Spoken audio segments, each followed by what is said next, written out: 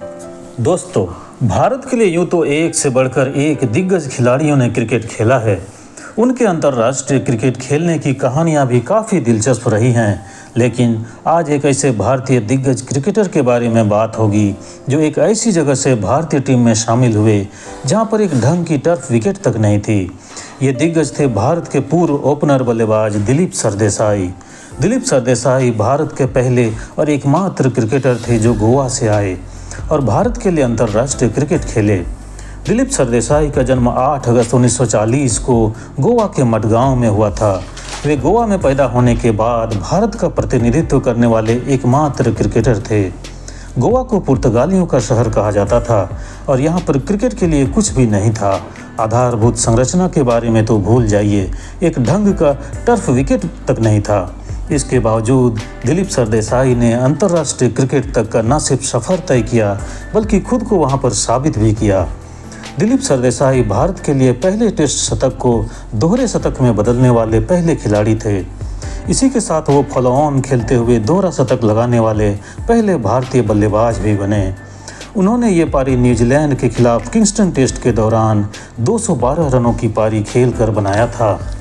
दिलीप सरदेसाई के नाम एक खास उपलब्धि है जिसे बहुत कम लोग जानते हैं। दिलीप सरदेसाई ने बम्बई के लिए 61 मैचों में 54 की औसत से 3599 रन बनाए। लेकिन दिलचस्प बात यह रही कि बम्बई के लिए घरेलू क्रिकेट खेलते हुए दिलीप सरदेसाई ने एक भी मैच में हार का मुंह नहीं देखा। जब भी वो बम्बई के लिए खेले तो या तो बम्बई को जीत मिली या फिर मैच ड्रॉ रहा। दिलीप सरदेसाई को स्पिन गेंदबाजी के खिलाफ भारत का सर्वकालिक महान बल्लेबाज माना जाता है। बम्बई यूनिवर्सिटी के लिए खेलते हुए इंटर यूनिवर्सिटी रोहिंटन बारिया ट्रॉफी में 1959-60 में 87 की औसत से 435 रन बनाकर पहली बार चर्चा में आए सरदेसाई ने भारत के लिए 30 टेस्ट मैच खेले। साल 1971 में भारत की टीम वेस्टइंडीज़ के दौरे पर गई थी।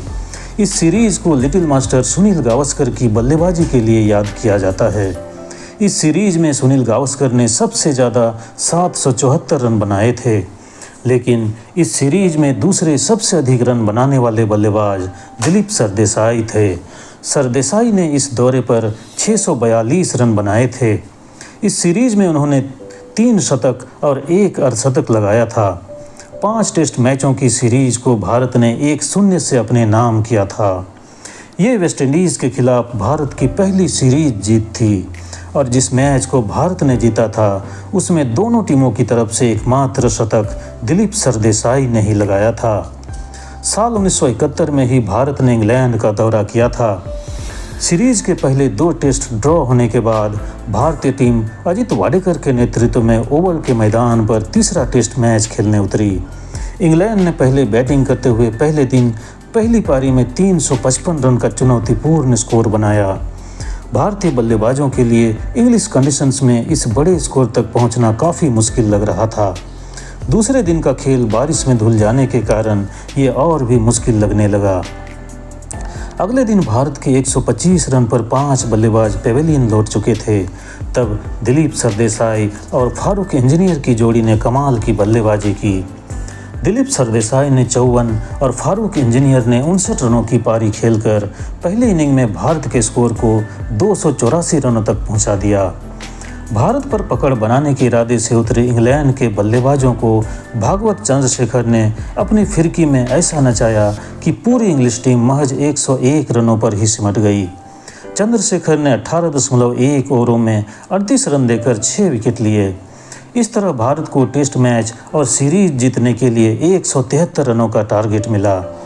हालांकि भारत के लिए मैच जीतना उतना आसान नहीं था, क्योंकि एक तो इंग्लिश कंडीशंस, ऊपर से टेस्ट मैच की चौथी पारी का दबाव। लेकिन इस विषम परिस्थिति में दिलीप सरदेसाई ने 40 रनों की एक संयम भरी पारी खेली।